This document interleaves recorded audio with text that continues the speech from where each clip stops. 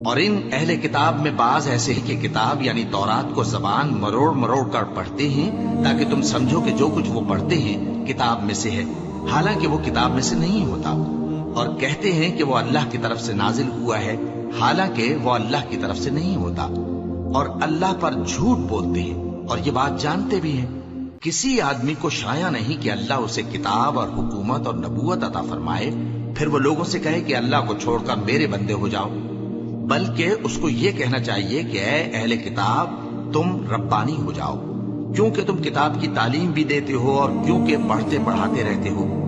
اور اس کو یہ بھی نہیں کہنا چاہیے کہ تم فرشتوں اور پیغمبروں کو معبود بنا لو۔ بھلا جب تم مسلمان ہو چکے تو کیا وہ تمہیں کافر ہونے کو کہے گا؟ اور جب اللہ نے پیغمبروں سے عہد لیا کہ جب میں تم کو کتاب اور دانائی عطا کروں پھر تمہارے پاس کوئی پیغمبر آئے جو تمہاری کتاب کی تصدیق کرے تو تمہیں ضرور اس پر ایمان لانا ہوگا اور ضرور اس کی مدد کرنی ہوگی۔ اور عہد لینے کے بعد پوچھا کہ بھلا تم نے اقرار کیا اور اس اقرار پر میرا ذمہ لیا، یعنی مجھے ضامن ٹھہرایا؟ انہوں نے کہا ہاں ہم نے اقرار کیا۔ فرمایا کہ تم اس عہد و پیمان کے گواہ رہو اور میں بھی تمہارے ساتھ گواہ ہوں۔ اب جو لوگ اس کے بعد پھر جائیں تو وہی بد کردار ہیں۔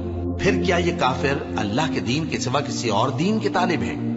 حالانکہ سب اہل آسمان و زمین خوشی یا ناخوشی سے اللہ کے فرما بردار ہیں اور اسی کی طرف لوٹ کر جانے والے ہیں۔ کہو کہ ہم اللہ پر ایمان لائے اور جو کتاب ہم پر نازل ہوئی اور جو صحیفے ابراہیم اور اسماعیل اور اسحاق اور یعقوب اور ان کی اولاد پر اترے اور جو کتابیں موسیٰ اور عیسیٰ اور دوسرے انبیاء کو پروردگار کی طرف سے ملی سب پر ایمان لائے۔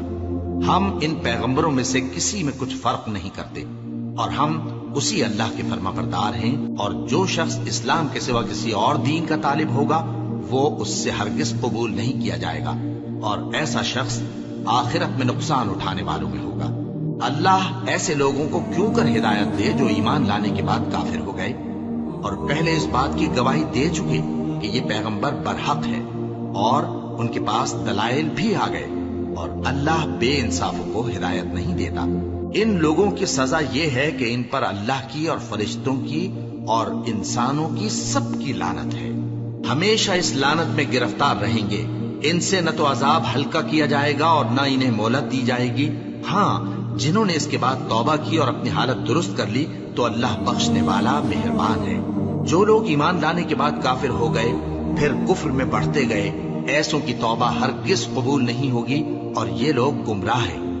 جو لوگ کافر ہوئے اور کفر ہی کی حالت میں مر گئے وہ اگر نجات حاصل کرنی چاہیں اور بدلے میں زمین بھر سونا دیں تو ہرگز قبول نہیں کیا جائے گا۔ ان لوگوں کو دکھ دینے والا عذاب ہوگا اور ان کا کوئی مددگار نہیں ہوگا۔